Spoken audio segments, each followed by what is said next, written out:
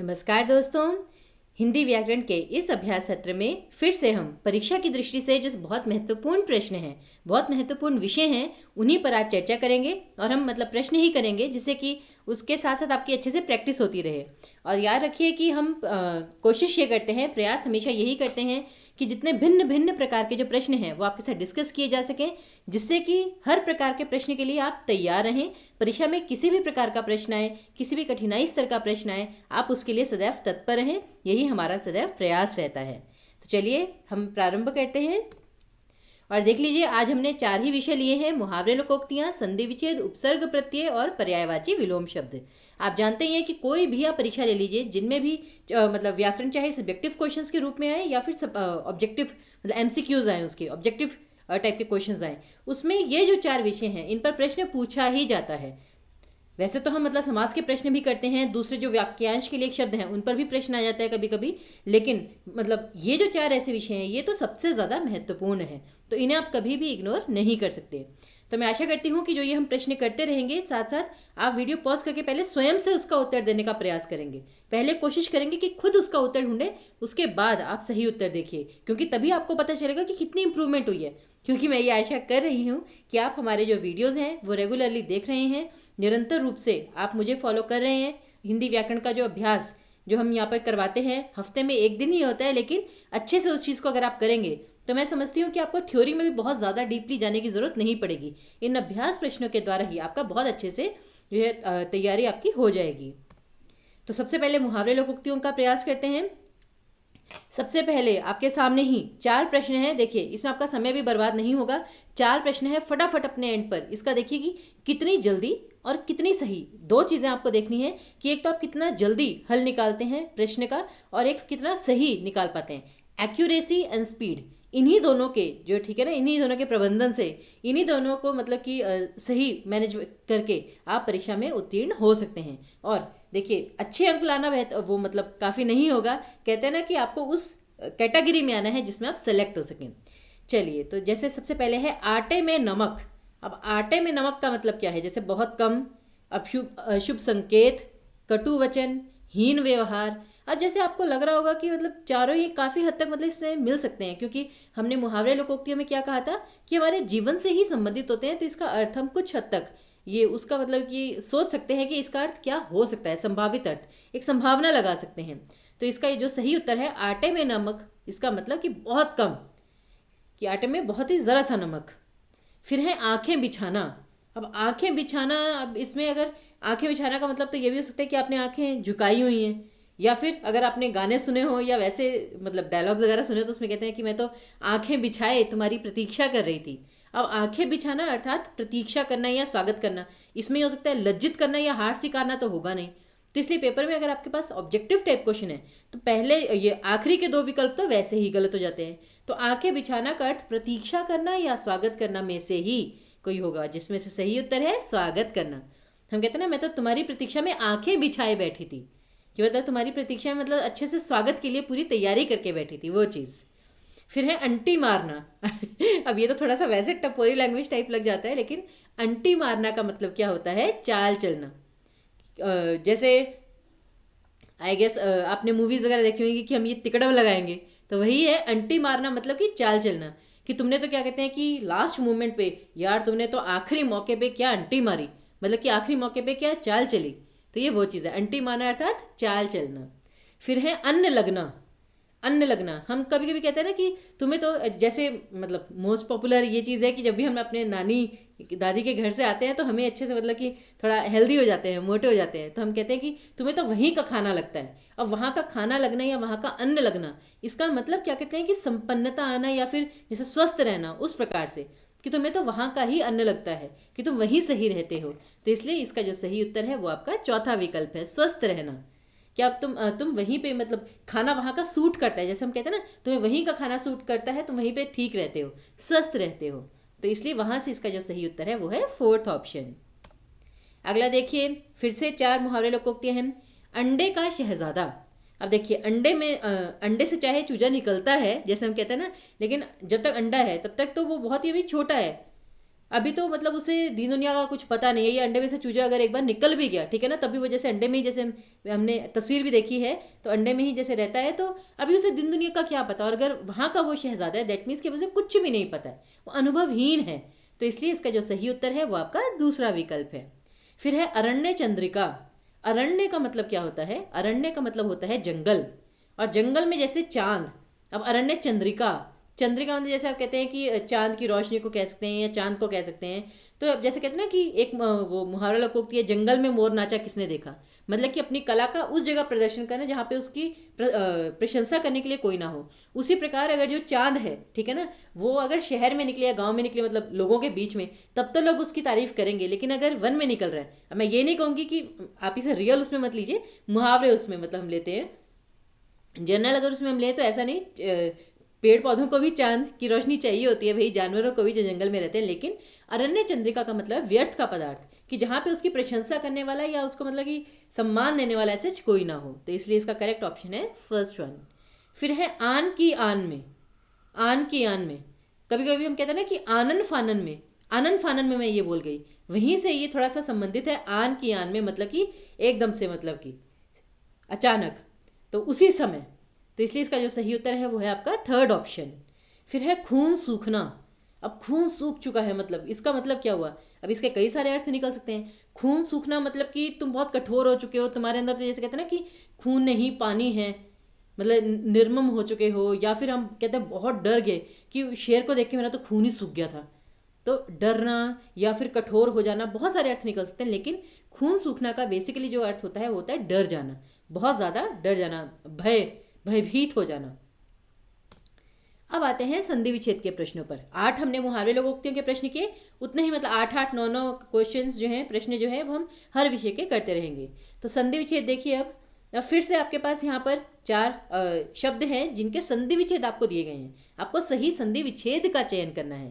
तो ऐसे शब्द है इत्येवम, परोक्ष, अभिषेक और आच्छादन। तो याद रखिए, अब जैसे सबसे पहले इत्येवम, ए पर फोकस है। ए से आपको पता चल जाना चाहिए ये स्वर संधि है, और वो भी वृद्धि संधि है, जहाँ पे ए या औ की मात्रा आए। और ए है यानी कि दोनों में से एक शब्द में ए जरूर आएगा, ए से एक, ठीक है ना।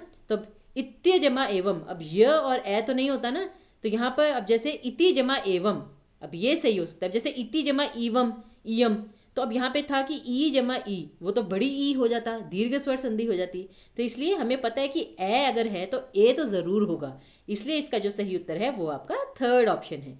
वैसे भी आप देखिए, जैसे कि फर्स्ट ऑप्शन में एवं के बाद म के नीचे हलंत है, ऊपर शब्द में तो नहीं है।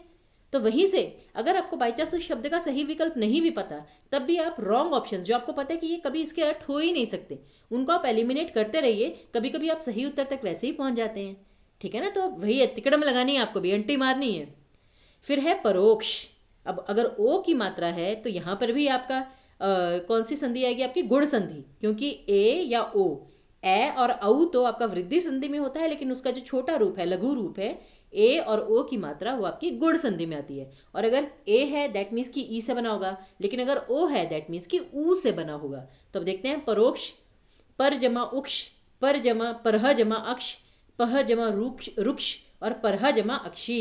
अब यहाँ पर देखिए, पर जमा उक्ष भी है, परह जमा अक्ष भी है। अब जैसे कभी कभी स्टूडेंट फटाफट पर जमा उक्ष कर देते हैं, लेकिन परोक्ष, हम कहते हैं ना प्रत्यक्ष और परोक्ष। तो परोक्ष आपका कैसे, परोक्ष का अर्थ क्या होता है, एक चीज़ आपको यहाँ पर भी देखनी है। अब आंखें बंद करके कि अब यहाँ पे ओ की मात्रा है तो ये ऊ से ही बना होगा, तो अ और ऊ मिलकर ओ बन जाएंगे, तो फर्स्ट ऑप्शन टिक कर देना। ये भी बुद्धिमानी नहीं है, कुछ नियम भी पता होने चाहिए, इसीलिए थ्योरी काम आती है। परोक्ष का मतलब होता है पीछे, प्रत्यक्ष मतलब होता है सामने, परोक्ष मतलब पीछे। और अक्षी, ये देखिए अक्षी लिखा हुआ है ना, तो अक्षी का मतलब होता है आंखें, यानी आंखों के पीछे। परह मतलब कि दूसरी, मतलब पीछे। तो इसलिए परह जमा अक्षी, ये इसका ठीक है ना, सही है। वैसे अब आपको लगेगा कि जैसे यहाँ पे परोक्ष है, क्ष अ की मात्रा है, लेकिन यहाँ पे तो ई की मात्रा है। लेकिन कभी कभी जैसे कहते हैं ना, एक्सेप्शंस हर जगह होती हैं, अपवाद हर जगह होते हैं। तो इसलिए परोक्ष का जो सही संधि विच्छेद है वो परह जमा अक्षी है, चौथा विकल्प है, विसर्ग संधि है ये। तो इसको थोड़ा सा ध्यान रखिएगा, क्योंकि अपवाद है, ठीक है ना, इसमें मतलब ऐसे बेसिक वाले जो नियम है वो नहीं चलते, ध्यान रखिएगा इसे। तो इसलिए जो शब्द का अगर अर्थ आपको पता है वो भी आपको ध्यान में होना चाहिए कि उसका मतलब क्या है। फिर है अभिषेक, और अभिषेक में आप जानते हैं पहला वर्ड अभी ही होगा और भ को छोटी की मात्रा ही होगी, तो इसलिए अभ तो वैसे ही गलत हुआ, लेकिन अब अभी ही और शेक, अब यहाँ पे देखिए विसर्ग है, लेकिन दोनों शब्द ये इस प्रकार से हैं, अभी और सेक, अभी और शेक, तो थोड़े से ज़्यादा क्लोज ऑप्शन है। लेकिन मैं आपको बता दूं जहाँ पे ये इस प्रकार से है तो वहाँ पे अभी जमा सेक है एक्चुअली, तो इसका करेक्ट ऑप्शन है सेकंड ऑप्शन। फिर है आच्छादन। आपने देखा होगा मोस्टली यहाँ पे छ आ जाए, मतलब आधा च और छ, वहाँ पे अधिकतर व्यंजन संधि होती है, ठीक है ना, तो इसमें आ जमा छादन, इसमें व्यंजन संधि है और इसका जो करेक्ट ऑप्शन है वो आपका फर्स्ट ऑप्शन है, आ जमा छादन आच्छादन, तो इसे याद रखिएगा।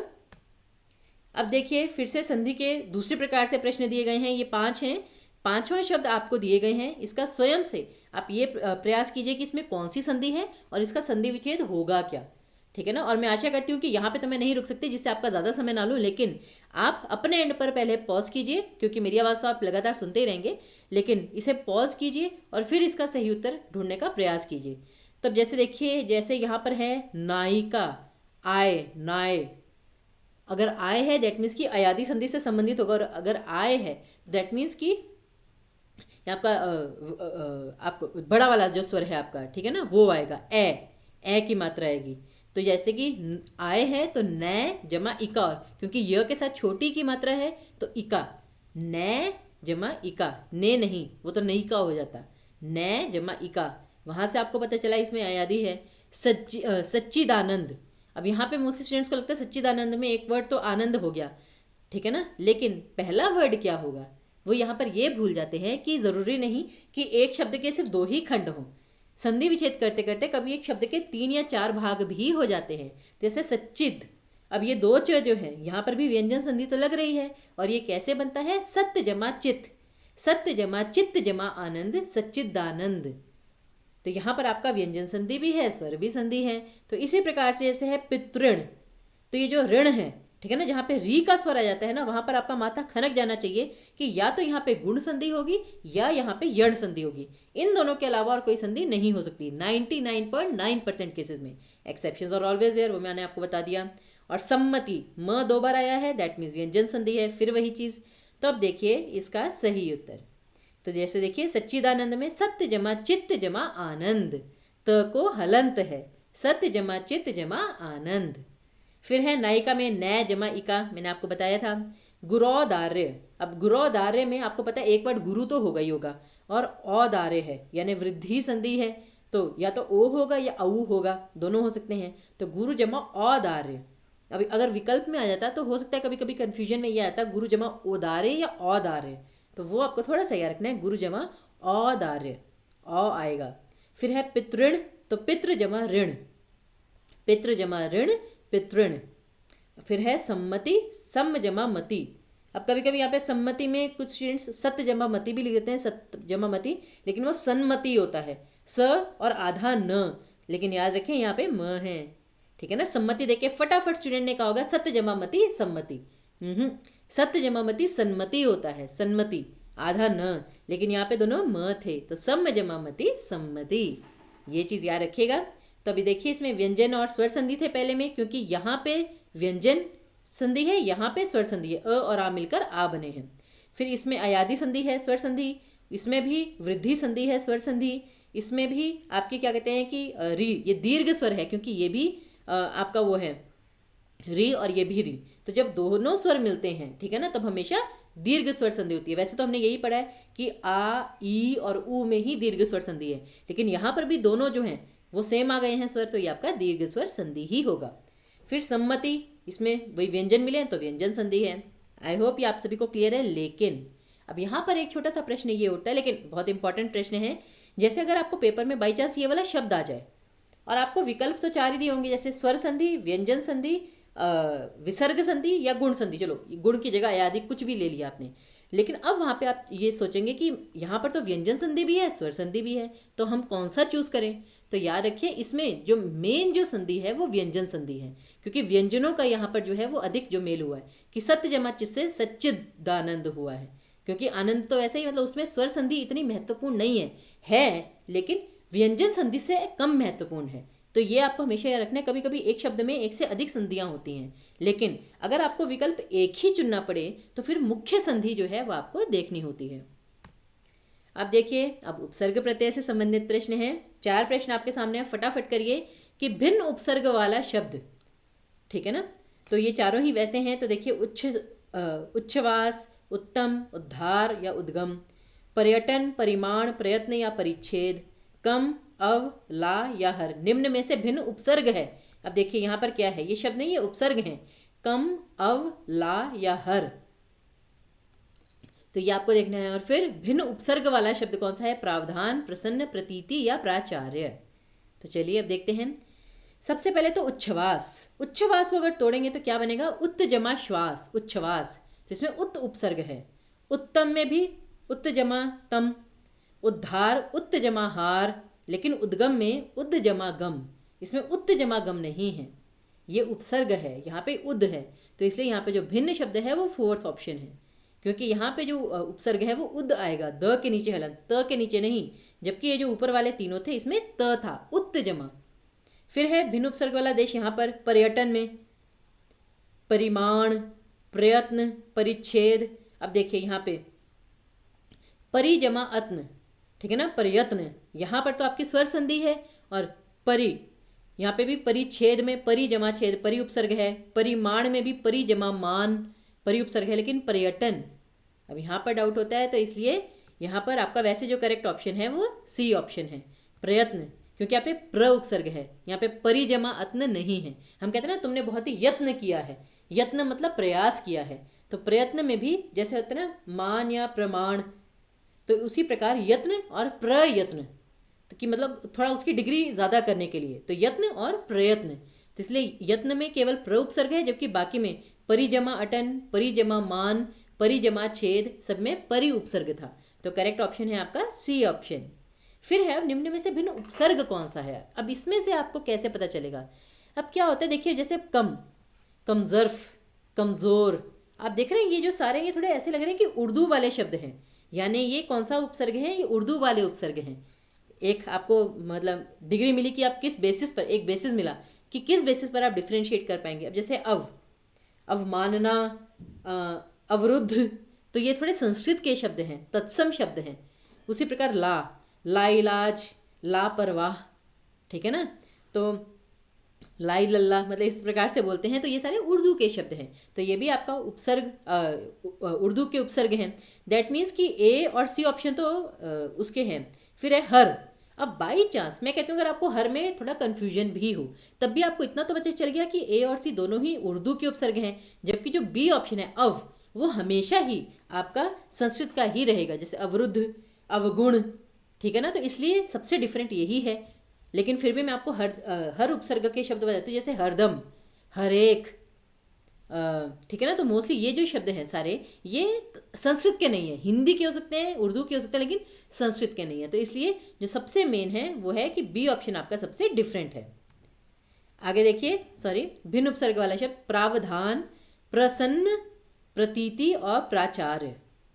तब ये देखिए, प्र जमा आचार्य, प्र जमा सन्न और प्र जमा अवधान, सब में प्र उपसर्ग है, लेकिन प्रतीति में प्र जमा तीति नहीं है, ठीक है ना। प्रति जमा इति, प्रति जमा इति प्रतीति, और इसीलिए इस त में बड़ी की मात्रा है, क्योंकि प्रति में त को छोटी की मात्रा आएगी और इति में छोटी की मात्रा है। ई और ई मिलकर बड़ी बनेगी दीर्घ स्वर संधि के अनुसार, तो इसलिए प्रतीति में त को बड़ी की मात्रा आती है पहले वाले में, तो इसलिए ये सबसे भिन्न है आपका, ठीक है ना। तो ये देखिए, प्रति जमा इति, प्रतीति का मतलब क्या होता है, जानकारी। हम कहते हैं ना, मैं ये चीज़ प्रतीत हो रही है, मुझे ऐसा प्रतीत हो रहा है, मतलब मुझे ऐसी जानकारी मिल रही है, वहाँ से याद रखिए। अगला देखिए, फिर से उपसर्ग प्रत्यय के प्रश्न। अभी तक हमने उपसर्ग के किए थे, अब ये प्रत्यय से संबंधित हैं। कृदंत शब्द नहीं है। फिर मैं रिपीट कर दूँ, जिन स्टूडेंट्स को नहीं पता, आई एम रिपीटिंग अगेन। कृदंत या कृत प्रत्यय और तद्धित प्रत्यय में क्या अंतर है। कृत प्रत्यय वो होते हैं जो क्रिया, मतलब क्रिया शब्द में जब प्रत्यय लगता है तो वो कृत प्रत्यय बन जाते हैं, और संज्ञा, सर्वनाम या विशेषण में जब प्रत्यय लगता है तब वो तद्धित प्रत्यय बन जाते हैं, जिन्हें तद्धितांत भी कहते हैं, और कृत प्रत्यय को कृदंत भी कहते हैं। तो ये याद रखिएगा। तो कृदंत शब्द नहीं है। अब देखिए, यानी कि इसमें चारों में मतलब हो सकता है कि हमें ये छांटना है कि किस शब्द में प्रत्यय है लेकिन वो क्रिया से मिलकर बना है, मतलब क्रिया से मिलकर नहीं बना है। तो है समझौता। अब ये समझ जमा औता, लेकिन मोस्ट स्टूडेंट्स को लगता है कि भाई समझ जो है, ठीक है ना, वो तो एक भाव है, समझ का भाव, कुछ चीज़ की समझ होना, जानकारी, लेकिन ऐसा नहीं। यह है समझना, समझना से बना है समझौता, तो ये कृत प्रत्यय है। फिर ससुराल। अब ससुर जमा आल, तो ये ससुर जो है वो तो आपका जातिवाचक संज्ञा है, तो इसलिए ये तो तद्धित प्रत्यय है ही है। तो वैसे तो आपको अपना सही उत्तर मिल गया, बट फिर भी थर्ड ऑप्शन पर जाइए। बचत, जैसा बचाना कि कुछ बच गया, बचना, तो ये भी आपकी एक क्रिया है, तो इसलिए, या मैंने इतने रुपए बच गए, तो वो भी एक क्रिया है, तो बच जमा त बचत। और लड़ाई में लड़ जमा आई लड़ाई, तो यानी तीनों कृत प्रत्यय थे, केवल ससुराल जो है वो आपका तद्धित प्रत्यय है। फिर तद्धितांत शब्द नहीं है, यानी कि जिसमें जो कृत प्रत्यय हमें छांटना है इन चारों में से। तो जैसे है लालिमा, तो ये लाल से बना है लाल जमा इमा लालिमा, तो लाल तो एक रंग का नाम है, संज्ञा शब्द है, तो तद्धित प्रत्यय है।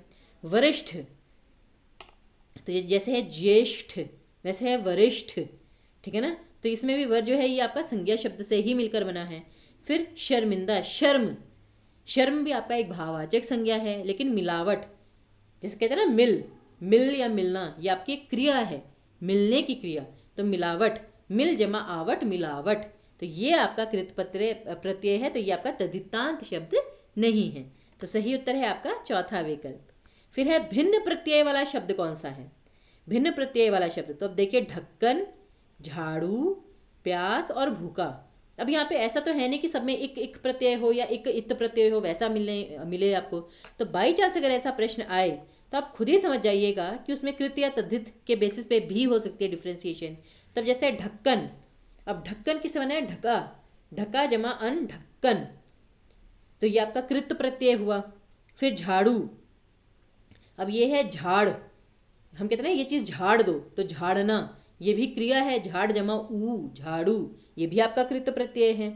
प्यास, अब पीना, पीना या पी, ये भी एक क्रिया है, पीने से बना है प्यास, तो ये भी आपका कृत प्रत्यय हुआ। लेकिन भूख, भूख जो है वो एक भाव है, भूखा होने का, कि मुझे भूख लगी है, तो भूख जो है वो आपका एक भाववाचक संज्ञा शब्द है, तद्धित प्रत्यय है, तो आएगा सही उत्तर चौथा विकल्प होना चाहिए। लेट्स सी, वही उत्तर है आपका। फिर नी प्रत्यय किस शब्द में नहीं लगेगा? ऐसे भी प्रश्न आ सकते हैं। अब इसमें क्या करना है आपको, सब में प्रत्यय लगाकर देखना है, जैसे शेर शेरनी, मोर मोरनी, चोर चोरनी, सब में नी प्रत्यय लग सकता है। लेकिन अब हंस, अब हम कहेंगे हंसिनी, और मेरी हंसिनी, तो हंसिनी में भी आपको लगता है नी प्रत्यय लगेगा, लेकिन नहीं लगेगा, क्योंकि उसमें नी नहीं इनी प्रत्यय लगता है। हंस का स्त्रीलिंग शब्द होता है हंसिनी, स को छोटी की मात्रा, न को बड़ी की मात्रा, तो यहाँ पे केवल हंस है, तो यहाँ पे नी नहीं इनी प्रत्यय आएगा, छोटी ई और न को बड़ी की मात्रा, तो इनी प्रत्यय आएगा, नी प्रत्यय नहीं आएगा। तो सबसे सही उत्तर है आपका दूसरा विकल्प। आई होप यहाँ तक आपको सभी प्रश्न जो हैं वो अच्छे समझ में आ चुके हैं। अगला देखिए, अब आते हैं सबसे मुख्य प्रश्नों पर, पर्यायवाची और विलोम शब्दों पर। तो सबसे पहले तो आपके पास ये जो 5 शब्द हैं इसमें पर्यायवाची ही हैं, कि अपमान शब्द के इन चारों में से कौन सा ऐसा शब्द है जो अपमान का पर्यायवाची नहीं है। वही सब बाकी सभी में जाता है कि इन चारों में से ऐसा कौन सा शब्द है जो इंद्र का पर्यायवाची नहीं है। उसी प्रकार इन सब में से ऐसा कौन सा शब्द है जो किनारे का पर्यायवाची नहीं है, और लक्ष्मी का और अनाड़ी का। तो ये सभी आपको देखने हैं, फटाफट देखिए। तो जैसे अपमान, अब अवज्ञा, परिभव, तिरस्कार या अवसान, तो इन चारों में से अपमान का जो पर्यायवाची नहीं है वो है अवसान, क्योंकि अवसान का अर्थ क्या होता है? अंत। बाकी अवज्ञा, परिभव, तिरस्कार, ये सभी अपमान के पर्यायवाची हैं। तो देखिए यहाँ पे जैसे पेपर में तो कभी कभी ये प्रश्न आते हैं कि इन चारों में से इस शब्द का पर्यायवाची कौन सा है। मैं भी आपको वो करवा सकती हूँ, लेकिन यहाँ मैं ये चाहती हूँ आपको ज़्यादा से ज़्यादा शब्दों के पर्यायवाची पता चल सकें। तो इसलिए याद रखिए अपमान के 3 पर्यायवाची इससे आपको पता चले, अवज्ञा, परिभव और तिरस्कार, और अवसान का अर्थ अंत होता है, ये भी आपको पता चल गया। आगे देखिए इंद्र, अब इन चारों में से इंद्र का पर्यायवाची कौन सा नहीं है? वास्तव, उपेंद्र, शचीश या महेंद्र। अब महाइंद्र, शची, इंद्र की पत्नी का नाम शची था, देवी शची, तो शची जमा ईश, शची के ईश, जैसे पति को परमेश्वर मानती है कोई भी स्त्री, तो शची के प्रभु वो इंद्र हो सकता है, तो ये भी उसका पर्यायवाची हो सकता है। उपेंद्र, उप जमा इंद्र।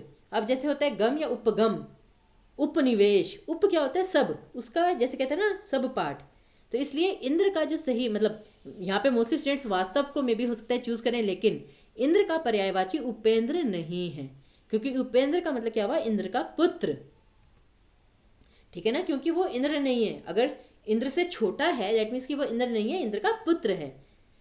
उसी प्रकार किनारा, किनारे का यहाँ पर अब देखिए तीर, कगार, कूल और साहिल। अब कहने के लिए ना देखिए यहाँ पर एक और चीज़ मैं आपको बताना चाहती हूँ इस प्रश्न के माध्यम से। कहने के लिए ये चारों ही किनारे के पर्यायवाची हैं, लेकिन फिर भी कगार, कूल और साहिल ये तो तीन ऐसे शब्द हैं जो कि हमेशा ही किनारे के पर्यायवाची रहेंगे, लेकिन जो तीर है वो किनारे का पर्यायवाची हो भी सकता है और उसके अनेक अर्थ हैं।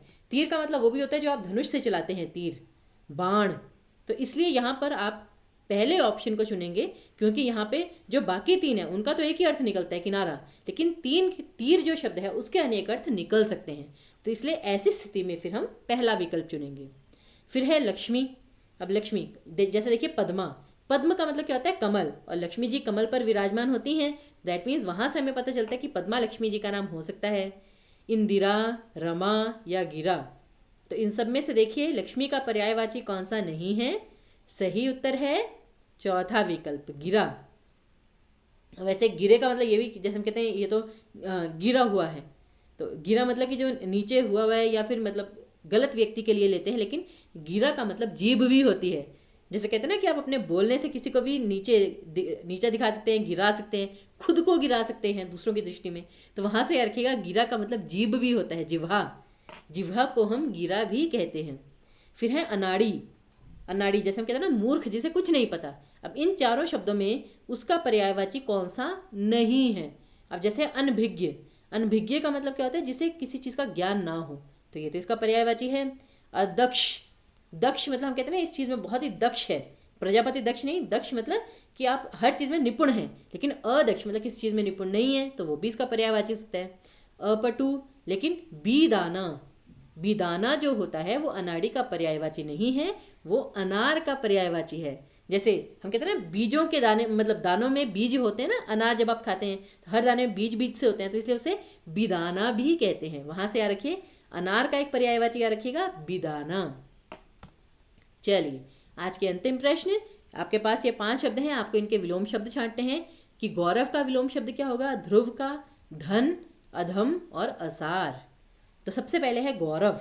हम कहते हैं इसका शौर्य बढ़ रहा है, इसका गौरव यानी उसकी कीर्ति बढ़ रही है। अब इसका विलोम शब्द क्या होगा, अपमान, लाघव, वैमन और निंदा। इसकी निंदा बढ़ रही है ऐसा नहीं, लेकिन अब जैसे गौरव जो है, ठीक है ना, वो किससे बना है, गौरव गुरूर से, ठीक है ना, या गुरु, गुरु गौरव, और गुरु का विलोम शब्द क्या होता है, लघु, तो वहाँ से बनता है लाघव, तो गौरव का लाघव ही उचित विलोम शब्द होगा। कभी कभी इस प्रकार से भी आप सही उत्तर तक पहुँच सकते हैं।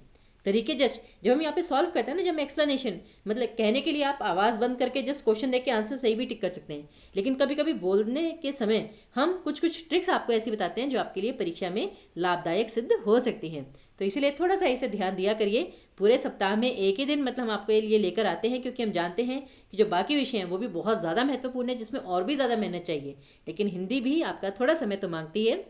अब है ध्रुव, ध्रुव तारा। अब आप किसी भी चीज़ में लीजिए, अब इसका विलोम शब्द आपको छांटना है, अस्थिर, सूर्य, पाषाण या खंड।